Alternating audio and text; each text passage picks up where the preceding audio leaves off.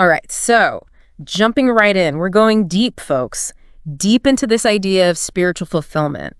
Yeah. And these excerpts you shared, they're like a crash course in finding that connection, like a secret roadmap. Yeah. This text is basically saying anyone, anywhere can tap into this divine energy, right? Absolutely. And you know what gets me is how it kind of turns traditional religion on its head. Right. It's not about the rituals or the doctrines. It's about this deep surrender. That's the key. I gotta say, when I saw those words, abandonment, submission, I was a little, I don't know, intimidated. Giving up control, it's scary. Totally. But think about it this way. It's not about becoming passive, right? Okay, yeah. It's more like aligning yourself with something bigger.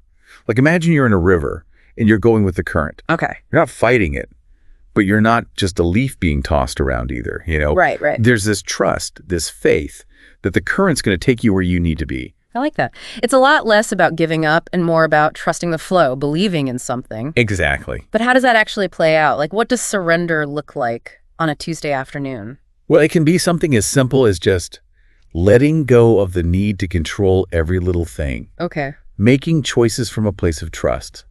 Listening to that gut feeling. Right. Knowing that even if things get messy, there's a bigger picture, a bigger plan happening. It's funny, this text also kind of threw me off with its whole take on faith. It practically says you don't eat any special kind or be in any particular state. It's bold, right? It's like this whole universal approach to spirituality. Yeah. It transcends organized religion, specific rituals. It's about seeing that divine spark everywhere, in every experience. Then there's that line, stuck with me. It is the same with regard to Jesus as with the divine action. It's like saying, Jesus, incredible figure, but not the only way to connect. Exactly. It's saying that what Jesus tapped into, that divine energy, it's in all of us. Mm-hmm. We have that potential no matter our background. And that kind of leads into this whole idea of grace, right?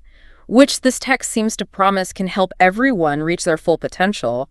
But what does grace even mean in this context? Oh, that's a question that's been debated for centuries. Right. Philosophers, theologians, everyone's got an opinion.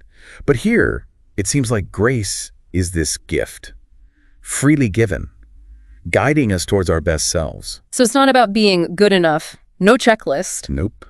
It's about being open to receiving, letting it work in your life, even if you don't totally get it. Yeah. Think about a time you experienced pure luck, something amazing that you didn't earn, but it changed you. Yeah. That awe, that gratitude, that's the energy of grace. That's powerful. But then if everyone's getting this grace, how come some people seem to be, I don't know, thriving spiritually while others are struggling? That's where goodwill comes in. Mm-hmm. This text is saying it's not a passive thing.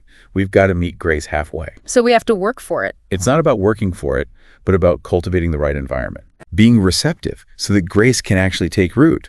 He even suggests some people miss out on these blessings because they just don't believe or they resist opening up. So it's like grace is the sunshine, but we got to plant the seeds and water them. Exactly. So what does that goodwill look like in our lives, according to this text? It's about approaching each day, each person you meet, with kindness, with generosity. Okay. Making choices that line up with your values, even when it's hard. Mm-hmm. Showing up with an open heart, ready for whatever abundance comes your way. This whole deep dive has been pretty eye-opening, you know? It's like, it's saying a fulfilling spiritual life, it's not about the rules, it's about surrender. Yeah. It's about recognizing that divine spark inside us, all around us, and it's about cultivating that goodwill to let the grace in. It really is a message of hope. Mm-hmm. And I think it leaves us with a really powerful question. If this grace and this perfection is waiting for each of us, what does that look like in your life specifically? How can you cultivate that goodwill to really tap into it, to reach your full potential? Something to think about as we go forward. Definitely gives us all a lot to think about.